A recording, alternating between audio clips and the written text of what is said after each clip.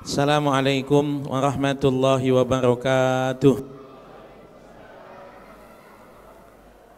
Alhamdulillah, wassalatu wassalamu ala Rasulillah Sayyidina Muhammadin. Allahumma salli wa sallim wa barik alaihi ibni Abdillah wa ala alihi wa sahbihi wa mawalah wa man tabi'ahu ila yaumil qiyamah wa la hawla wa la quwata illa billahi, amma ba'd. Rabbi syrah li sadri wa yassir li amri wahlul 'uqdatam min lisani yafqahu qawli. Subhanaka la ilma lana illa ma 'allamtana innaka antal alimul hakim. Hadirin jamaah taklim kajian duha Masjid Agung Sabana yang mudah-mudahan dirahmati oleh Allah Subhanahu wa taala. Amin. Amin Allahumma amin. Alhamdulillah, pada duha kali ini kita bisa sama-sama berkumpul, bersilaturahim, beriktikaf. Mari sama-sama kita niati iktikaf kita ini dengan niatan thalabul ilm. Saya sebetulnya tadi masih sedang menyimak sekali kajiannya Ustadz Ihsan gitu. Kok tiba-tiba dipotong. Saya tertarik tadi, punya anak sampai 31. Itu ibunya berapa orang Ustadz itu? Nah, kalau ibunya satu ya nggak mungkin itu ya. Maka tadi bapak-bapak ditanya ada yang punya anaknya 14, itu nggak ada yang jawab itu. Tapi kalau ditanya istrinya 4, anak 14, mungkin banyak yang jawab tadi itu ya. Oke ya, kita akan bahas tentang hadis arba'in ke-10 ya. Hadis riwayat Sayyidina Abi Hurairah ya. Kalau dalam arba'in disebut riwayatnya Imam Muslim. Tetapi kalau kita cek ternyata bukan saya lebih pandai dari Imam Nawawi, bukan. Kebetulan yang disebut oleh Imam Nawawi hanya Imam Muslim. Tapi ternyata setelah kita cek, ada dalam Muslim dan ada dalam Jami' atau dalam Sunan Turmuzi, ada dua ya. Hadis dari Abu Hurairah itu bunyinya innallaha thayyibun la yaqbalu illa thayyiban. Sesungguhnya Allah itu maha baik, Allah hanya nerima sesuatu yang baik. Dalam bahasa Arab sudah beberapa kali kita bahas. Kadang-kadang kita kekurangan kata untuk menerjemahkan bahasa Arab, jadi semuanya kita artikan baik. Misalnya saya contohkan, nama Ustadz Ihsan, kebaikan. Hasanah, kebaikan. Anak Sayyidina Ali, Hasan, kebaikan. Adiknya Husain, kebaikan yang kecil. Adiknya lagi meninggal di usia kecil, Muhsin atau Muhassin. Ada yang bacanya Muhsin, ada yang bacanya Muhassin. Orang yang berbuat baik ya. Ada khair, khair juga baik. Ada ma'ruf, ma'ruf juga baik. Ada thayyib, thayyib juga baik, begitu ya. Ini kadang-kadang kita bingung, ini sama semua atau beda gitu kan. Apa jangan-jangan kita yang tidak mampu menerjemahkannya sampai semua kita bilang baik. Thayyib itu kata yang baik sekali, tapi sampai Indonesia belakangan jadi kurang baik. Dengar thayyib itu jadi kurang baik. Gara-gara Bang Thayyib nggak pulang-pulang. Coba deh, kalau ada orang namanya thayyib itu pertama kali dibulinya itu ya. Maka kata-kata yang baik itu tereduksi. Maka saya kemudian, ini lagu kok jahat sekali kata saya ya. Asma Allah, sifat Allah itu loh, thayyib gitu ya. Innallaha thayyibun la yaqbalu illa thayyiban. Sesungguhnya Allah itu maha baik. Nanti kita pahami baik di situ maksudnya apa. La yaqbalu illa thayyiban. Allah tidak menerima kecuali hal-hal yang baik. Lalu kemudian dicontohkan bagaimana Allah memerintahkan para nabinya, para rasul, agar kemudian makan hanya dari makanan-makanan yang baik. Perintahnya jelas. Sudah tidak menyebutkan halal di situ, tidak. Ya ayyuhar rusulu kulu min thayyibati ma razaqnakum wa'malu sholiha, kan begitu ya. Hai para utusannya Allah, makanlah dari rizki yang baik-baik yang aku berikan pada kalian dan beramallah soleh. Ini nanti perintah buat Rasul itu juga nanti menjadi perintah buat orang beriman. Biasanya kalau ada perintah buat Rasul itu nanti jadi perintah orang beriman dalam beberapa kasus.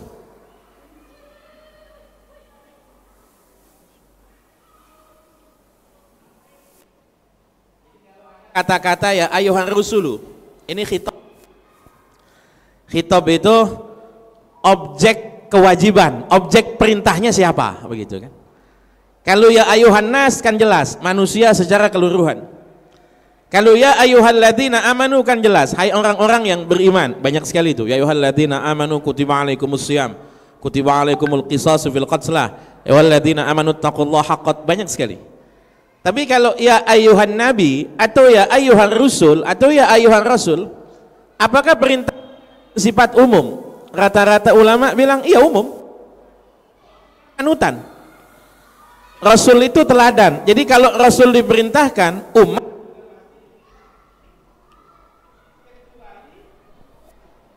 beberapa kasus, kecuali dalam beberapa kasus. Tidak semua hal perbuatan Nabi itu bisa bapak ibu ikuti, nggak semua hal, nggak semua hal. Contoh, wah saya kembali contohnya itu lagi nih ya. Ini perbuatan Nabi ya, ya ibu-ibu kadang dimodusin ya sama bapak-bapaknya gitu kan, ngomongnya sunnah. Yang sunnah itu menikahnya bu, menikahnya, bukan poligaminya, bukan. Tidak ada perintah poligami sunnah, tidak ada. Perintah menikah itu yang sunnah. Cuman kan bapak-bapak kadang-kadang modus, ya kalau nikahnya sekali aja sunnah, bakal 4 kali lebih sunnah lagi, Ustaz, kan gitu kadang-kadang. Nah, itu namanya rekayasa itu, khilah itu, ya kan. Rasul menikah itu dalam satu riwayat 13 kali, dalam satu riwayat 14 kali. Satu istri yang dicerai, satu riwayat bilang Amrah binti Al-Jun, satu riwayat bilang Aliyah Al-Ghifariyah. 3 istri meninggal lebih dulu, Maria Al-Qibtiyah, Zainab binti Khuzaimah, dan Khadijah binti Khuwailid. Sisa nanti 9 Ummahatul Mukminin, janda-jandanya Rasul, 9 itu. Bapak-bapak kemudian mulai main cocok logi, begitu kan, cocok logi. Main cocok-cocokin. Fangkihu matobalakum minan nisa masna wasulasa waruba. Nikahilah wanita yang kamu cintai 2 dan 3 dan 4. 2 tambah 3 berapa Pak? 5. 5 tambah 4 berapa? 9. Cocok ikut Nabi kan gitu tuh. Nabi kan 9. Itu cocok logi namanya. Karena boleh menikah lebih dari 4 itu khosois, hanya diberikan kepada Rasul. Kalau bapak jadi Rasul juga belum tentu sanggup Pak, belum tentu sanggup gitu kan. Maka tidak semua hal yang Rasul lakukan itu kemudian kita harus mengikutinya, dan tidak semua hal yang Rasul ucapkan Rasul pernah kerjakan. Pernah. Saya pernah giliran taklim itu di masjid yang kebetulan belum giat taklim, belum giat. Jadi posisi saya di situ itu ya apa namanya ngajar kajian, ya nyalain lampunya kalau kebetulan masih gelap, kemudian juga nyalain mesin airnya kalau belum nyala tuh, lengkap kan, lengkap. Tinggal azan saya aja yang saya nggak mau, azan saya nggak mau, gitu kan, azan saya nggak mau. Kemudian pengurusnya itu ya bisa dengan tega-teganya kemudian ngomong, Ustaz sekalian aja kenapa azan? Dalam hati, ini orang kok ini sekali kata saya begitu kan. Cuman kan saya nggak mungkin mengungkapkan kekesalan saya. Saya bilang mohon maaf, seumur hidupnya Nabi tidak pernah azan, tidak pernah. Untuk azan sholat ya. Kalau azan akikah ada, azan akikah ada. Nabi mengakikahi azan di kuping Sayyidina Hasan, itu ada, hadisnya ada. Tapi azan sholat seumur hidup belum pernah. Maka saya bilang, mohon maaf, saya ini begini-begini ya pengajar, pewaris Nabi, belum pernah Nabi azan loh. Kalau saya sampai azan itu nanti ya saya nggak jadi pewaris Nabi, begitu kan tuh. Jadi tidak semua hal yang Nabi pernah ucapkan Nabi lakukan. Contoh nih, contoh ya, sering kan sekarang itu Sering. Saya tidak sedang menyindir satu person atau kelompok tertentu, tidak. Sering saya temukan di flyer itu berumrah sesuai dengan sunnah Nabi. Saya dalam hati mikir, apa berarti kalau nggak ikut travelnya dia nggak ikut sunnah gitu kan? Mafhum mukhalafahnya begitu. Sampai kemudian saya punya jamaah yang kebetulan berumrah sesuai dengan sunnah Nabi, dan saya bilang, Nabi itu pada waktu haji wada umrohnya naik onta, masuk masjid naik onta. Ketika ketemu Hajar Aswad, Nabi pegang pakai tongkatnya. Jadi kalau pengen mentah-mentah tiru Nabi, sewa onta, bawa tongkat, kalau nggak digebukin sama askar gitu kan. Oke, ya. Ya, sampai sini clear ya. Apa yang Rasul diperintahkan berarti umat diperintahkan. Ya. Maka kemudian Nabi menutup hadisnya dengan berkisah. Ada seseorang musafir. Ya. Yang musafir itu disebut itu ya udah nggak enak penampilannya, berarti sudah lama. Mohon maaf, musafir itu doanya mestinya mustajab. Nanti ada di belakang. Salah satu sebab doa mustajab itu musafir, lalu kemudian doanya orang yang dizolimi, lalu kemudian doanya ibu buat anak. 3 itu disebut la yurad, tidak ada yang menghalangi antara doa-doa itu, tidak ada. Musafir atau sering dizolimi. Bapak-bapak nih banyak yang kurus-kurus kayaknya sering dimarahi sama istrinya ini. Kalau bapak merasa bapak dizolimi, bapak doa pak, mustajab itu. Imam Ghazali itu saya baca dalam Ihya-nya, saya sampai kaget. Mimma yubtala bihil auliya as-sabru ala lisanin nisa, termasuk yang sering dijadikan ujian calon wali, sering diomeli istrinya, sering tuh. Maka bapak kalau sering diomeli, ya mudah-mudahan calon wali begitu ya. Seenggaknya wali murid gitu ya. Oke ya. Jadi ada orang musafir yang mestinya doanya mustajab ya. Yang disebut sudah aut-autan pakaiannya, rambutnya sudah kusut nggak jelas, lalu kemudian doa ya Rabbi, sementara disebut apa? Wa mat'amuhu haram, makanannya haram. Wa mashrabuhu haram, minumannya haram. Wa malbasuhu haram, pakaiannya haram. Wa ghudhiya bil haram, dipakani dengan hal-hal yang haram. Fa anna yustajabu lahu, maka dari mana doanya mustajab. Oke. Next kita lihat sanad hadis. Oh, ini autornya di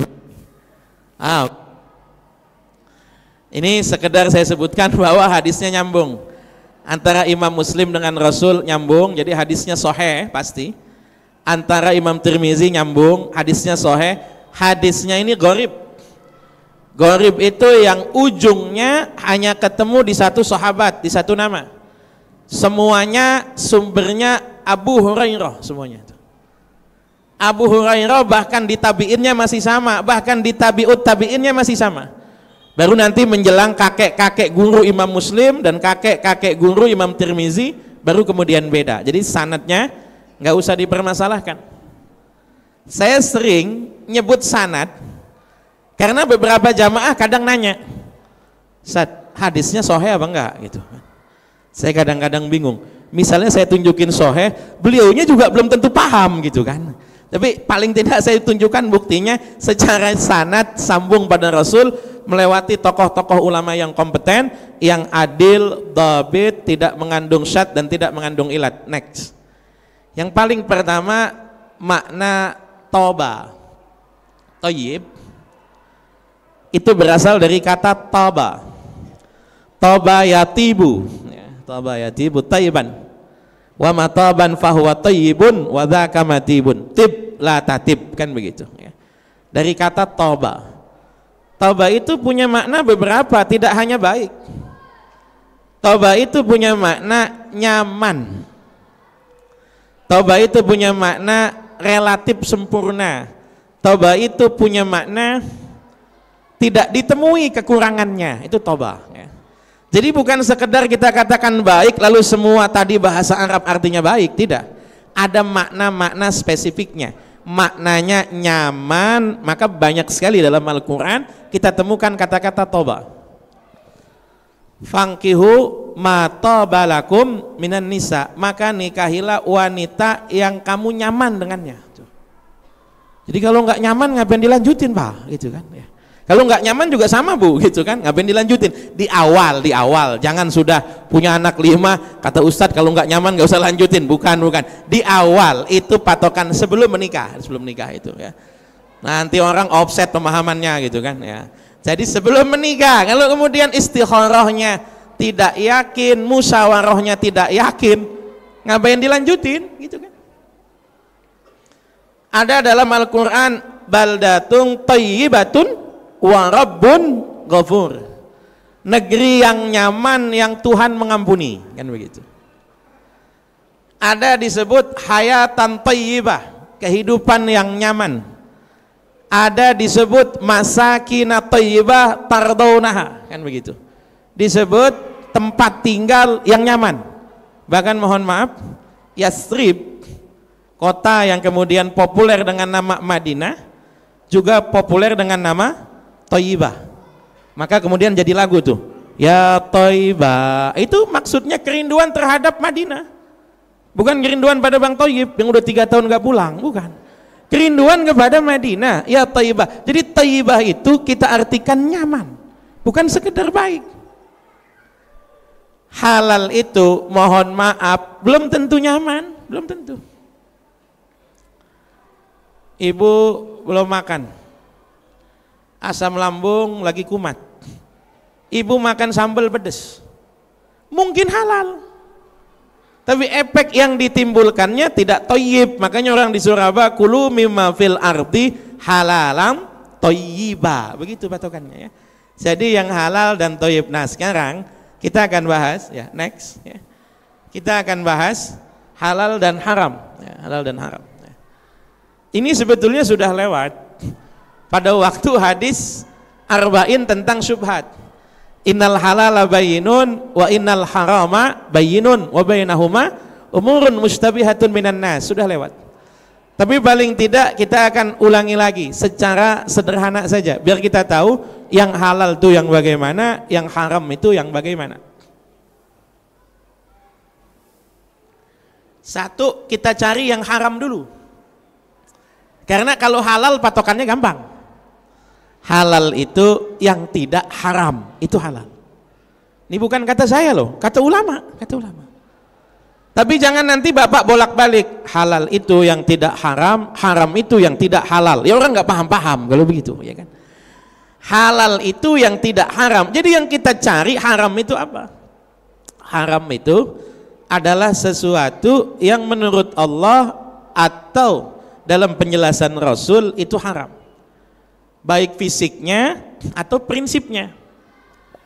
Saya kasih contoh 2. Misalnya ada haram namanya haram aini, haram secara fisik, bangkai, daging babi, darah yang disembeli bukan karena Allah, misalnya begitu, itu haram ya. Judi misalnya dan yang lain-lain itu haram. Ada yang fisiknya memang haram, kayak babi tadi fisiknya haram. Ada yang caranya yang haram. Ustaz, malam tahun baru gini kita enaknya bakar ayam, Ustaz. Oh ya enak. Ayam halal kan, Ustaz? Belum tentu. Ayam siapa dulu? Kata saya, siapa dulu? Jangan main halal-halal aja, ayam tetangga diambil buat bakaran, nggak bisa. Jadi harus jelas dia mendapatkannya dengan cara bagaimana. Bapak bisa membeli, ibu bisa diberi, bapak bisa berhutang, ibu bisa mewarisi, itu saja. Barang jadi halal tuh kalau kita beli, atau kita hutang, atau kita mewarisi, atau kita diberi. Makanya riswah, sogokan, suap menjadi haram. Karena dia tidak masuk dalam hibah atau hadiah. Hibah itu pemberian dari pihak yang lebih tinggi kepada yang lebih rendah, itu hibah. Orang tua sama anak, itu hibah. Pemerintah pada ormas, itu hibah. Pemerintah pada sekolah, itu hibah. Tapi kalau dari pihak yang setaraf atau dari bawah kepada yang lebih tinggi, itu kita sebut hadiah. Anak kasih buat orang tua, itu hadiah, jangan hibah. Bu, saya baru pulang dari puncak, nih saya hibah. Bu, apa hibah itu? Songong itu anak. Ya. Murid pada guru itu hadiah, bukan hibah, ya, bukan. Ya. Riswah itu pemberian karena ada kasusnya. Riswah namanya. Bapak ditilang, Pak, nggak ada etle-nya Pak, damai aja Pak, damai. Nanti saya kasih hadiah deh. Nggak bisa ya, sesuatu yang diakadkan halal nyatanya haram tidak bisa. Ini sumber persoalan kita pertama ini. Di Indonesia itu banyak hal yang mestinya halal tapi pengucapannya belum sesuai dengan redaksinya, banyak. Saya punya teman beli tapi ngomongnya nggak beli, ngomongnya minta. Sering kan? Datang kemudian ke warung, Bu, minta kopinya 2, gulanya setengah kilo, Indomie 3, telurnya 3. Ini kan minta. Apa habis ngomong begitu dia kabur? Ya kan kagak. Kalau minta nanti dikasih sama penjual, itu namanya jadi hibah atau hadiah. Atau contoh yang lebih parah, dia beli tapi ngomongnya ngambil. Ustaz, alhamdulillah saya kemarin baru ambil mobil dari showroom. Saya enggak ditangkap kata saya, ambil mobil kan. Ambil mobil. Dia kan maksudnya beli kan, tapi ngomongnya ambil. Ini hati-hati. Banyak di kalangan kita, mohon maaf, yang kadang-kadang dalam tanda kutip buat saya, gimana ngomongnya ya? Saya pengen ngomong enggak bijak ya, takutnya salah juga atau tergesa. Saya contohkan begini. Kalau mau lebaran, banyak nggak itu yang jual-jual atau tuker, jasa tuker uang receh? Banyak apa enggak? Banyak kan? Banyak. Selama ini yang disebut ngomongnya apa? Tukar. Dalam fikih, tukar itu soyrof. Akadnya soyrofah, makanya money changer itu sorofah. Tukar itu mesti sama, setara, senilai, seimbang. Kalau nggak sama, ujung-ujungnya riba, kan begitu kan? Riba. Bapak tukar 1 juta, dapatnya 950.000. Orang kemudian akan ngomong, banyak yang ngomong haram, itu riba.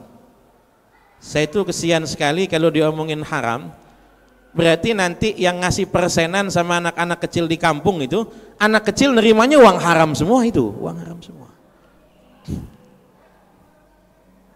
Lalu kemudian pedagang-pedagang kecil itu yang melayani jasa tukar rupiah itu dapatnya uang haram untuk buka puasa keluarganya itu.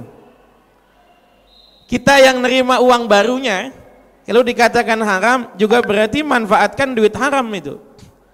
Maka dalam muamalah itu biasanya kalau dalam madhab lain itu nanti ada satu kaidah, al-ibratu fil uqud lil maqasid wal ma'ani walaysa lil alfadhi wal mabani.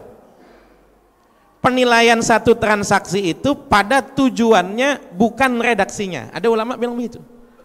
Saya kok lebih setuju itu diartikan sebagai jasa sewa. Kalau saya yang tukar uang ke Monas atau ke Gambir, itu udah puasa-puasa, bawa kendaraan, ya kena e-tol, kena bensin, kena parkir, kena capek, ada pembatasan penukaran, nggak boleh nukar 2 juta, 3 juta, pecahan sama misalnya, ada kuotanya per hari. Kalau saya ke sana itu kok lebih, yang saya keluarkan lebih daripada itu. Maka kalau saya akan lebih bijak, apa jangan-jangan ini jasa tukarnya, begitu, jasa tukarnya. Kalau jasa tukarnya kan akhirnya jadi halal ya. Akhirnya jadi halal. Buat yang nganggap itu tukar, bukan ijarah, itu jadi haram, riba. Tapi kalau kita menilainya itu sebagai ijarah, sewa, itu jadi halal. Ya tentu masing-masing punya dalil. Kalau saya begitu, kalau banyak orang mengharamkan, saya kok masih lihat ada mahmalnya, ada peluang untuk kemudian kok kesian sekali. Jadi kalau yang lain galak, saya biar yang kendor aja gitu. Jadi biarin yang galak-galak, saya yang kendor aja. Tidak saling menyalahkan, tidak. Tapi tinggal kita menilainya apa. Ini misalnya contoh juga. Ini sempat ramai juga. Kalau Bapak transaksi pakai e-money, saya nggak tahu sekarang. Udah lama saya nggak belanja. Tugas belanja itu diganti nama istri, gitu ya. Kalau kita pakai e-money itu kan kalau kita bayarnya cash dengan bayarnya uang elektronik begitu, itu kan lebih murah pakai uang elektronik kan gitu. Ibu-ibu pesan Gokar misalnya, itu kan murahan pakai GoPay daripada pakai cash kan begitu. Itu sebagian orang akan menganggapnya itu riba itu, karena kita deposit itu dianggap hutang, kemudian pengurangan terhadap hutang atau kelebihan terhadap hutang yang disyaratkan itu bagian daripada riba. Banyak yang punya pendapat begini, banyak. Tapi kalau saya nganggapnya atiyah, itu bonus. Di titik ini saya katakan, kita perlu lebih bijak untuk kemudian masukkan mana yang halal dan haram, terutama dalam kaitan dengan transaksi, kaitannya ke situ. Oke. Kita langsung pada pola ayatnya. Dalam surat yang pertama Rusul itu Al-Mu'minun ya. Al-Mu'minun 51. Ya ayyuhar rusulu kulu minat thayyibat wa'malu sholihah. Hai para utusannya Allah, makanlah yang baik dan beramallah yang soleh. Coba kita pelajari struktur kalimatnya. Makanan baik, amalan soleh. Secara tidak langsung ya, tambah perlu kita pahami tafsir yang mendalam.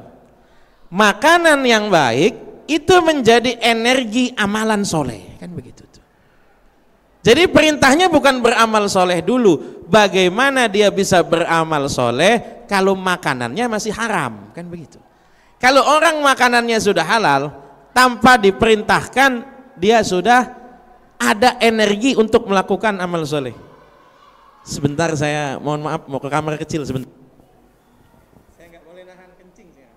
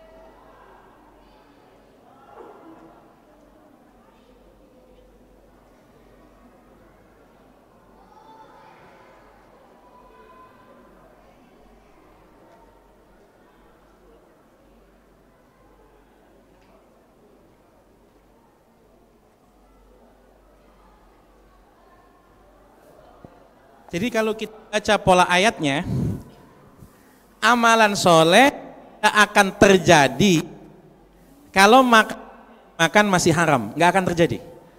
Jangankan buat manusia secara umum, ini polanya Rasul itu begitu, polanya Rasul.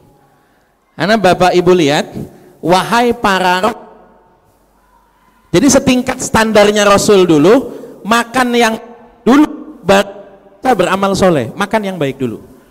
Oke, next. Nanti ada banyak kesaksian testimoni dari para ulama. Sebetulnya yang paling bawah,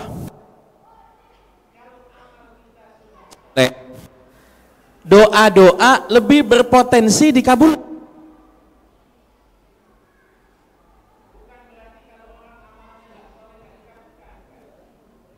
Tapi potensi lebih besar ya. Maka kita ayatnya nanti, karena hadis itu tidak berdiri sendiri. Hadis itu menafsiri ayat, ayat itu ditafsiri satu sama lain. Ya, kita lihat next berikutnya. nanti ada apa namanya? Ilaihi yas'adul kalimut thayyibu wal amalus sholihu yarfa'u. SOP-nya begitu, Bu. Makanan kita halal, amalan kita soleh. Amalan kita soleh, doa-doa kita dikabulkan. Makanan kita haram, malas beramal soleh. Udah polanya muter gitu aja udah pola. Jadi kalau bukan buat memvonis, buat introspeksi, buat muhasabah. Kalau ibu merasa malas sekali melakukan ibadah, saya sholat kok males, saya zikir kok males, saya datang kajian kok males, saya dengerin orang azan kok sebel dengan suara merdu yang tidak polusi suara ya, saya dengerin orang ibadah kok kesel. Hati-hati, jangan-jangan ada pengaruh makanan yang mohon maaf, makanan yang kita tidak deteksi halal dan tidaknya, siapa tahu untuk diri kita sendiri, bukan buat memponis. Kamu kayaknya males banget, banyak makan haram ya gitu. Ini nggak bisa, ini jangan ponis orang kalau ini nggak bisa. Orang itu kan macam-macam, bisa hatinya galau, bisa. Tapi salah satu faktor orang malas ibadah, yaitu salah satu faktornya ya. Maka kemudian next, ini terakhir ya. Tadi yang saya bilang bahwa makanan haram itu susah untuk mengabulkan doa, faktor penghambat doa. Ya. Ada ayat itu menarik sekali buat saya. Masalah pemberian mas kawin, ya. Dalam surat An-Nisa kan begitu. Wa atun nisaa sadaqatihinna nihlah. Fa in tibna lakum an syai'im minhu nafsan faquluhu hani'am mari'ah. Ini An-Nisa ayat 4. Bawahnya ayat favorit bapak-bapak tadi itu ya. Ayat 4-nya ini ya. Orang cuma lihat An-Nisa ayat 3-nya saja. An-Nisa ayat 4 itu ya. Berikanlah mas kawin itu kepada istri. Kalau istri dengan kerelaan hati, kalau istri dengan keridhaan hati, kemudian mempersilakan suami ikut menikmatinya, Allah bilang di situ hani ammari'a ya. Mari itu makanannya enak, berkah, mari itu tidak berujung bahaya, tidak berujung bahaya. Makanya jangan kaget kalau ibu-ibu dengar sebagian kiai-kiai sepuh di Jawa Timur, di Jawa Tengah, itu biasanya yang pesan santrinya agak aneh. Saya ditanya dulu, mas kawin buat istri berapa? Saya waktu nikah itu ya baru jadi dosen honorer begitu. Saya bilang saya mas kawin istri 30 gram kalau tidak salah. 30 itu disubsidi ibu saya 25, saya beli 5 gram. Saya beli 5 gram. Subsidi sama orang tua ya. 25 gram, saya modal sendiri 5 gram. Karena saya dulu jadi dosen honorer di kampus swasta itu, nggak jelas gajinya sama THR, nggak jelas. Jadi nggak pernah dapat, ujuk-ujuk mau lebaran dapat begitu. Jadi saya nggak nganggep itu gaji, saya anggapnya THR begitu. Dan cukup lama begitu saya, sampai sekarang saya masih aktif jadi dosen juga. Ya. Kemudian saya jawab 30 gram Kiai. Ngutang sama istri kalau istrinya ridho. Saya bukan lagi nyponsori bapak-bapak buat ngutang sama ibu ya, bukan. Saya cuma menceritakan. Ya. Ngutang sama istri kalau istrinya ridho, ngutang dulu 5 gram buat modal usaha, terserah modal usaha apa. Biasanya berkah. Saya itu sejak dari awal itu tidak pernah suka dengan ayat ataupun hadis yang disalahpahami untuk menyudutkan perempuan. Bisa disebut hadis-hadis misoginis atau ayat-ayat misoginis. Saya bilang kok bisa begitu mbak? Kemudian kiai itu jawab pakai ayat ini. Wa atun nisa sadaqatihinna nihlah. Berikanlah istri itu mas kawin, fa in tibna lakum ang syai'im minhu nafsa, kalau istrimu ridho dan memberikanmu, maka makanlah, itu akan berkah dan tidak berakibat buruk. Jadi bahasa kiai saya, ngutang mas kawin istri itu kalau usaha bikin berkah. Ini jangan nanti kalau usaha bapak rugi komplain sama saya, ya jangan ya, jangan ya. Tapi syaratnya istrinya ridho, tibna lakum, istrinya ridho, tuh ya, istrinya ridho ya. Maka kemudian saya pakai itu, saya cocokin dengan hadis, ya cocok. Innal khaira la ya'ti illa bi khairin aw khairun huwa. Kebaikan itu adalah hasil dari kebaikan sebelumnya. Jadi kalau kita ngelihat anak itu baik, ya pasti insya Allah bapak ibunya mendidik dengan baik, atau paling tidak menyerahkannya pada guru yang baik. Nggak bisa kita lihat instan anak ini saja, tidak bisa, ada penyebabnya, ada penyebabnya. Makanya kemudian kita disuruh jaga makanan. Sayangnya kadang-kadang ibu-ibu jaga makanan pas hamil doang, banyak tuh. Pas hamil doang makanan dijaga, suaminya nggak boleh nendang kucing, nggak boleh pulang malam bawa bawang putih, wah macem-macem dah pokoknya gitu misalnya ya. Jaga dirinya pas hamil begitu. Jadi kalau kita simpulkan, ada 3 doa yang mestinya dikabulkan. Next, terakhir, ada 3 doa yang mestinya dikabulkan. Doa orang yang terzolimi, doanya musafir, doa ibu pada anaknya. Itu disebut ma bainahu wa bainah hijab, tidak ada penghalangnya. Tapi di contoh hadis Nabi, orang musafir pun ternyata doanya tidak dikabulkan karena makanannya haram. Hati-hati dengan makanan, makanan itu berpengaruh terhadap amal kita, dan amal kita berpengaruh terhadap doa-doa kita. Wallahu a'lam bissawab. Kalau ada yang masih iskal atau ingin ditanyakan, tafadhol.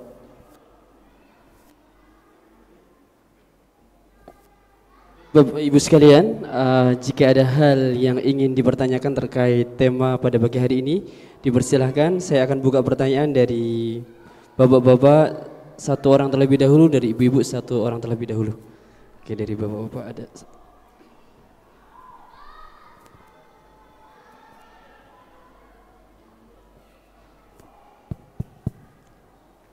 Assalamualaikum warahmatullahi wabarakatuh. Waalaikumsalam warahmatullahi wabarakatuh. Pak Ustadz, ini saya yang pertama tadi ini Pak Ustadz. Pak Ustadz bilang Nabi Muhammad itu istrinya 13. Banyak yang janda-janda. Kata Pak Ustadz tadi kan gitu. Istrinya Muhammad yang janda-janda tuh kawin lagi nggak Pak? Sebab kalau di daerah tuh kalau tuangku tuh punya istri, tuangkunya meninggal, istrinya tuh nak nikah-nikah lagi Pak yang janda itu. Ini yang Nabi Muhammad ini bagaimana Pak? Itu pertanyaan yang pertama Pak. Yang kedua mengenai Bang Toib. Bang Toib, Toib itu artinya kan bagus Pak. Itu gimana Pak? Itu diremehkan Toib itu. Nah, itu gimana Pak? Tolong informasikan juga ke inilah, ke jamaah-jamaah lain, jangan menggunakan kata Toib itu Pak. Terima kasih. Assalamualaikum warahmatullahi wabarakatuh. Assalamualaikum warahmatullahi wabarakatuh. Janda-jandanya Rasulullah Sallallahu alaihi wasallam itu di akhir hayatnya Rasul itu menawarkan pilihan. Pilihannya apa? Kalau tetap menjadi istriku, statusnya ummul mukminin, ibunya orang beriman.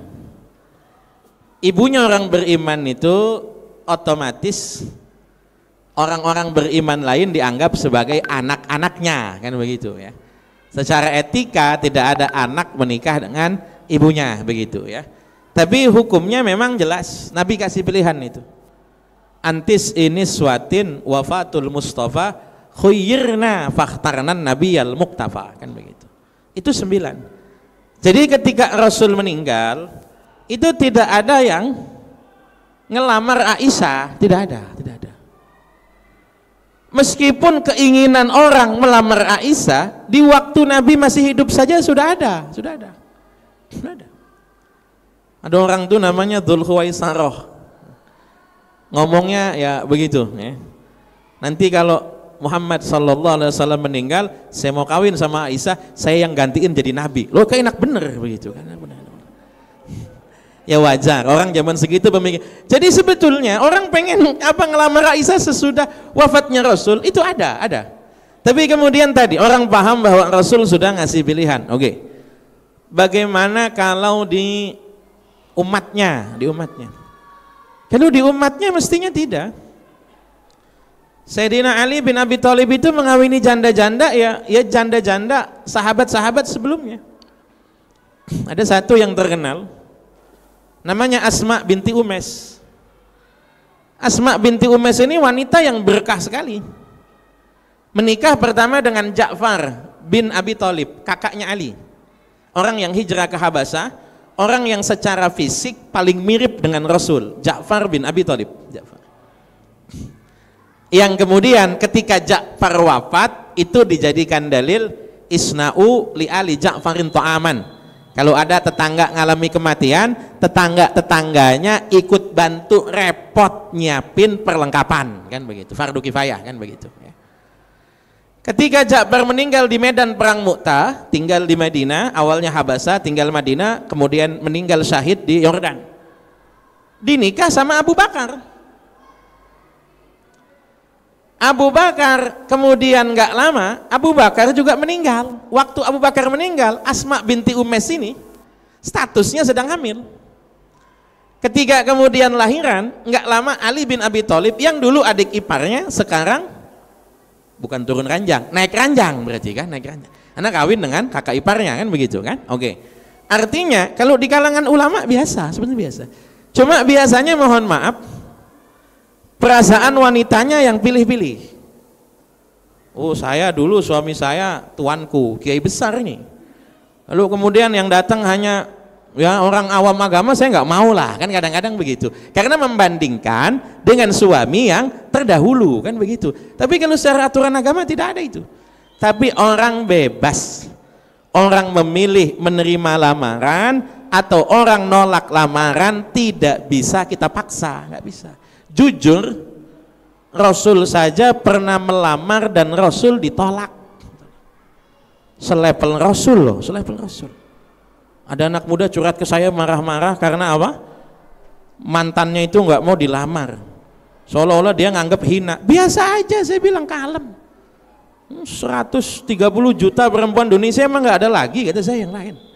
Rasul ditolak 2 kali loh, Rasul ditolak gitu. Dan Rasul nggak kecewa. Siapa perempuan yang nolak Rasul, nanti Ustadz Ihsan yang jelasin itu. Karena itu adalah kakaknya Ali bin Abi Thalib. Rasul ngelamar 2 kali ya. Oke, kemudian yang kedua, kita itu memang kadang-kadang mulutnya kepanjangan Pak, mulutnya kepanjangan. Ya, jadi kemudian tadi itu Thayyib yang merupakan asma Allah, karena populernya lagu Bang Thayyib, jadi Thayyib itu sudah tidak lagi menjadi asma Allah, yang kita ingat Bang Thayyib. Jadi kalau kita lihat suami yang kemudian nggak pulang, ini Bang Thayyib ini, gitu kan. Itu mohon maaf mirip dengan sebagian kawan-kawan yang kalau malam Jumat menuhin grup WhatsApp ngajak sunnah Rasul. Malam Jumat Zat, sunnah Rasul. Lu sunnah Rasul banyak, baca Al-Kahfi kata saya. Sunnah Rasul banyak, baca sholawat. Kenapa harus kita reduksi hanya yang itu saja? Ini masalah di kita. Masalahnya tadi, maka kemudian apa? Ya kita jagalah, kita jaga. Kalaupun misalnya kita dengar kata itu untuk keluarga kita, kata-kata itu tidak kita ucapkan ya. Mudah-mudahan bisa dipahami. Jelas ya Bapak. Oke, selanjutnya dari ibu-ibu silahkan. Oke, baik.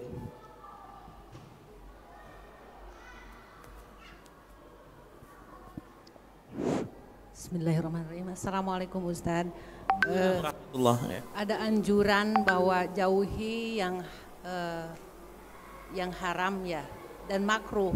Apakah yang makruh itu tidak termasuk dari apa yang tadi disimak itu, Ustaz? Oh, makruh ya. Okay. Kemudian satu lagi Ustadz, kalau doa yang diterima itu yang ada orang tua bilang bahwa dari orang yang sakit itu katanya cepat dikabulkan gitu. Apakah termasuk juga gitu? Ya. Terima kasih Ustadz. Sama-sama ya. Bismillahirrahmanirrahim. Ya. Masalah tadi yang pertama apa? Saya agak lupa malah. Oh, makruh, ya makruh. Ya. Oke. Kita mempelajari hukum itu basisnya dua ya.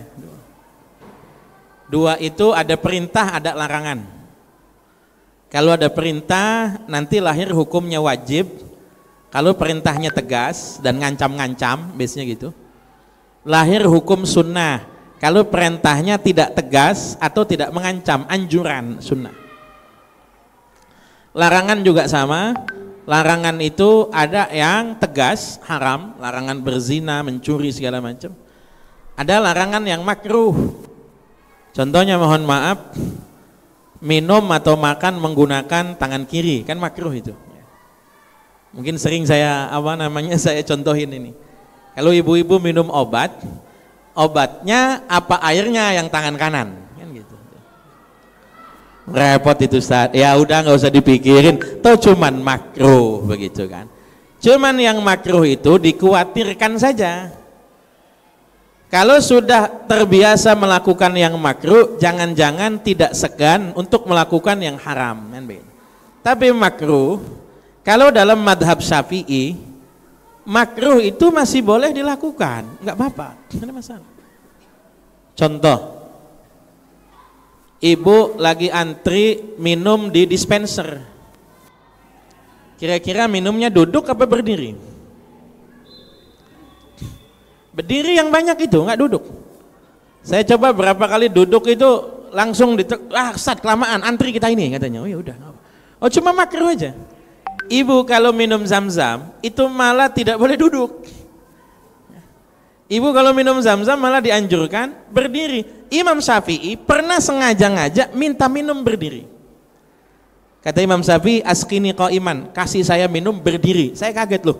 Imam Syafi'i kok hanya untuk menunjukkan bahwa ini makruh, bukan haram, bukan haram.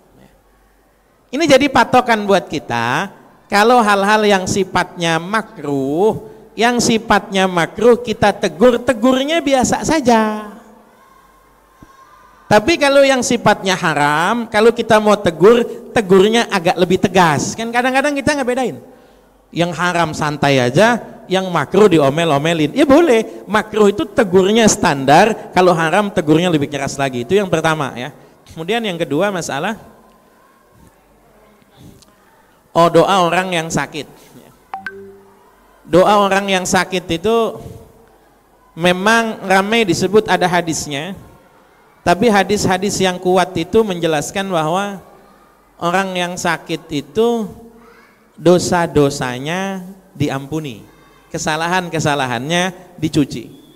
Justru orang yang sehat kalau jenguk orang sakit, yang sehat doakan orang sakit. Ibu ke rumah sakit, sakit apa ini? Nggak usah lama-lama jenguk Bu, nggak usah lama-lama. Nah kadang-kadang orang yang jenguk orang sakit itu jadinya interview. Sakit apa? Mulai kapan? Konsumsi apa? Awalnya kenapa? Nggak repot itu. Datang, hibur, lalu kemudian doakan. Ini saya dapat hadis katanya yang sakit, yang mustajab, kamu aja yang doa ya. Tidak, tetap sunnahnya yang datang jenguk itu yang doakan begitu ya. Mudah-mudahan bisa dipahami. Baik, satu lagi untuk bapak-bapaknya. Oh, sebelah sini ya. Oke, siap.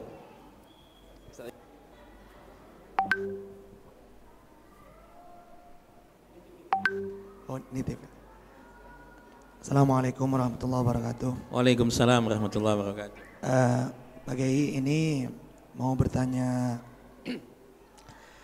yang masalah yang sudah menjamur di masyarakat, yaitu adalah KPR rumah, cicilan mobil dan segala macamnya. Itu sebenarnya bagaimana kalau misalnya disebut haram begitu, sementara orang yang ngojek pakai cicilan berapa tahun terus dia nafkahnya di itu.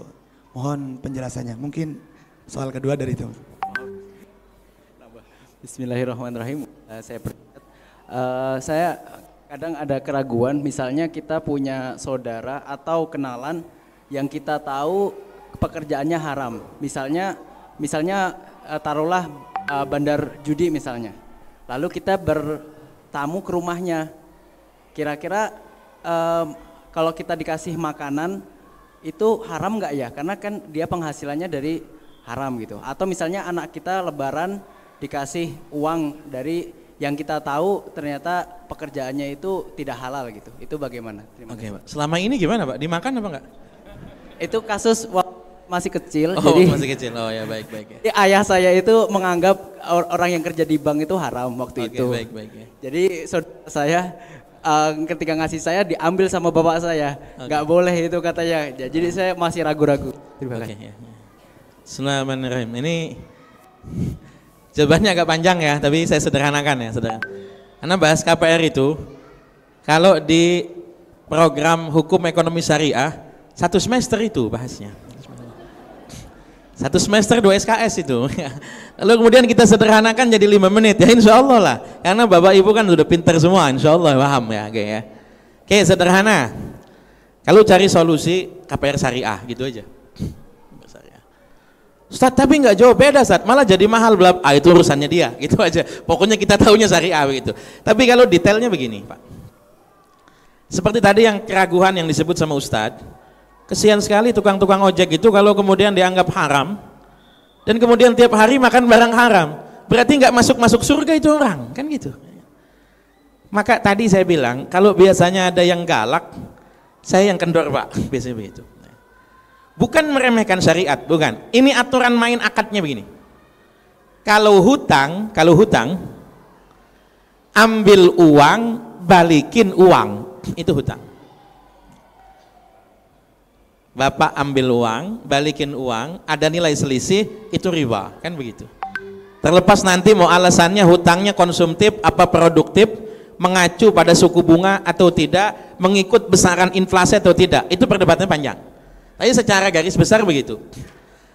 Kalau uang ditukarnya dengan barang, kita hitungnya bukan utang, hitungnya jual beli. Saya misalnya utang uang sama bapak 1 juta, saya balikin 1.100.000 tanpa disyaratkan, itu boleh, nggak apa-apa. Yang nggak boleh kalau disyaratkan. Kamu kalau utang 1 juta, bayarnya harus 1.100.000, ini riba. Meskipun syaratnya itu pakai kiasan, saya hutangi kamu 1 juta, saya minta balik 1 juta saja. Cuma Nabi itu kalau menghutang baik sekali, sebaiknya kamu tiru Nabi. Nabi kalau menghutang balikinnya lebih. Ini sama modus itu modus ya. Sama aja. Jadi panjang-panjang muternya ke situ. Oke ya. Jadi orang kalau ngambilnya barang, saya ambilnya barang, bayarnya pakai uang, statusnya jual beli. Yang jadi masalah adalah kalau gagal bayar, barangnya ditarik. Ini masalah. Kalau gagal bayar, barang disita. Ini masalah. Jadi kemarin saya itu beli apa sewa, kan begitu. Maka leasing itu kan bahasanya artinya sewa beli, begitu kan. Meskipun sekarang ada istilahnya kepemilikan bersama istilahnya. Kalau dalam bab fikih itu namanya syuf'ah. Jadi ketika kita ambil rumah dari developer, kita kemudian ambil ke bank, banknya yang kemudian membiayai, rumah itu bukan milik kita mutlak. Kepemilikan bersama antara saya dengan pihak bank. Jadi kalau KPR, KKB itu masih ada celah akad untuk kemudian bisa halal, masih ada celah akad, masih ada. Tapi kalau multiguna, kalau KTA, Bapak memang nerimanya uang, nah ini yang masalah. Bapak nerimanya uang, balikinnya uang. Transaksi bank itu enggak semuanya haram, tidak. Transfer enggak haram, itu hiwalah kalau dalam fikih. Tukar uang receh tidak haram, tukar dolar tidak haram, penerbitan ATM nggak haram, biaya admin bank tidak haram, pajak tidak haram, penerbitan kartu kredit tidak haram. Yang haram itu nanti kalau sifatnya pembiayaan, hutang atau pinjaman, kan begitu kan yang kita bahas. Jadi kita nggak bisa gebiah uyah, nggak bisa ya. Oke, bagaimana kalau kita namu ke rumah orang atau dikasih? Ada 2 pendapat Pak. Nanti terserah Bapak milih yang mana. Kalau ada orang yang 75% hartanya haram, saya contohin yang paling ekstrim, bandar narkoba, bandar judi online, kepala preman misalnya, tapi dia punya kebun di rumahnya, punya kebun. Bisa jadi uang yang diberikan ke saya itu uang dari panen kebunnya, bisa jadi itu uang hasil togelnya. Kalau dia ngomong pasti haram. Oh semalam ngeslot tembus banyak ini, alhamdulillah misalnya. Itu pasti haram karena disebutkan sumbernya kan begitu kan. Tapi kalau tidak disebutkan sumbernya, itu ada ulama yang pakainya husnuzon, masih di, kalau 100% haram nggak boleh. Kalau tadi kan masih ada potensi hartanya halal, masih ada. Tapi kalau dia ngomong sumber, itu kemudian jadi haram ya. Mudah-mudahan bisa dipahami ya. Oke, dari ibu-ibu satu. Oke, baik.